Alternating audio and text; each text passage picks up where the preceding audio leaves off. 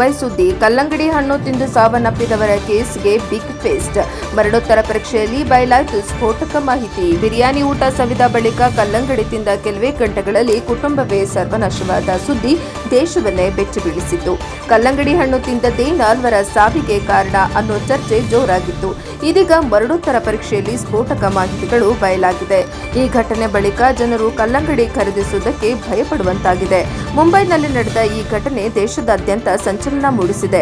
ಕಲ್ಲಂಗಡಿ ತಿಂದರೆ ಸಾಯ್ತಾರಾ ಎನ್ನುವ ಚರ್ಚೆ ಶುರುವಾಗಿರುವಾಗಲೇ ಸಾವನ್ನಪ್ಪಿದವರ ಮರಣೋತ್ತರ ಪರೀಕ್ಷೆ ಹೊರಬಿದ್ದಿದೆ. ವೈದ್ಯಕೀಯ ಪರೀಕ್ಷೆಯಲ್ಲಿ ಕೆಲವು ಸ್ಫೋಟಕ ಮಾಹಿತಿ ಬಯಲಾಗಿದೆ. ಮುಂಬೈನ ಪೈಥುನಿ ಪ್ರದೇಶದಲ್ಲಿ ವಾಸಿಸುವ ಅಬ್ದುಲ್ ಡೋಕರಿಯಾ ಅವರ ಕುಟುಂಬಕ್ಕೆ ಕಲ್ಲಂಗಡಿಯ ವಿಷವಾಯಿತ.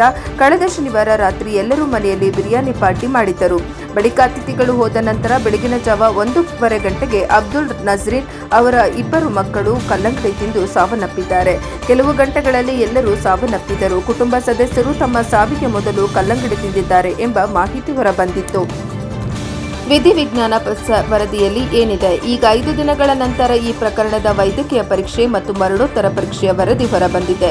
ಮೃತರ ಆಂತರಿಕ ಅಂಗಗಳ ಬಣ್ಣ ಹಸಿರು ಬಣ್ಣಕ್ಕೆ ಬದಲಾಗಿದ್ದು, ದೇಹದಲ್ಲಿ ಔಷಧದ ಅಂಶಗಳು ಪತ್ತೆಯಾಗಿದೆ ಎಂದು ವಿಧಿವಿಜ್ಞಾನ ವರದಿ ಬಹಿರಂಗಪಡಿಸಿದೆ.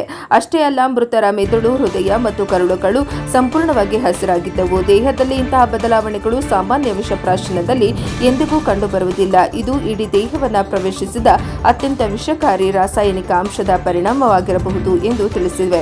ಆದರೆ ಈ ವಿಧಿವಿಜ್ಞಾನ ವರದಿಯ ಬಗ್ಗೆ ವೈದ್ಯರು ಅಧಿಕೃತ ಸ್ಪಷ್ಟನೆ ನೀಡಿಲ್ಲ.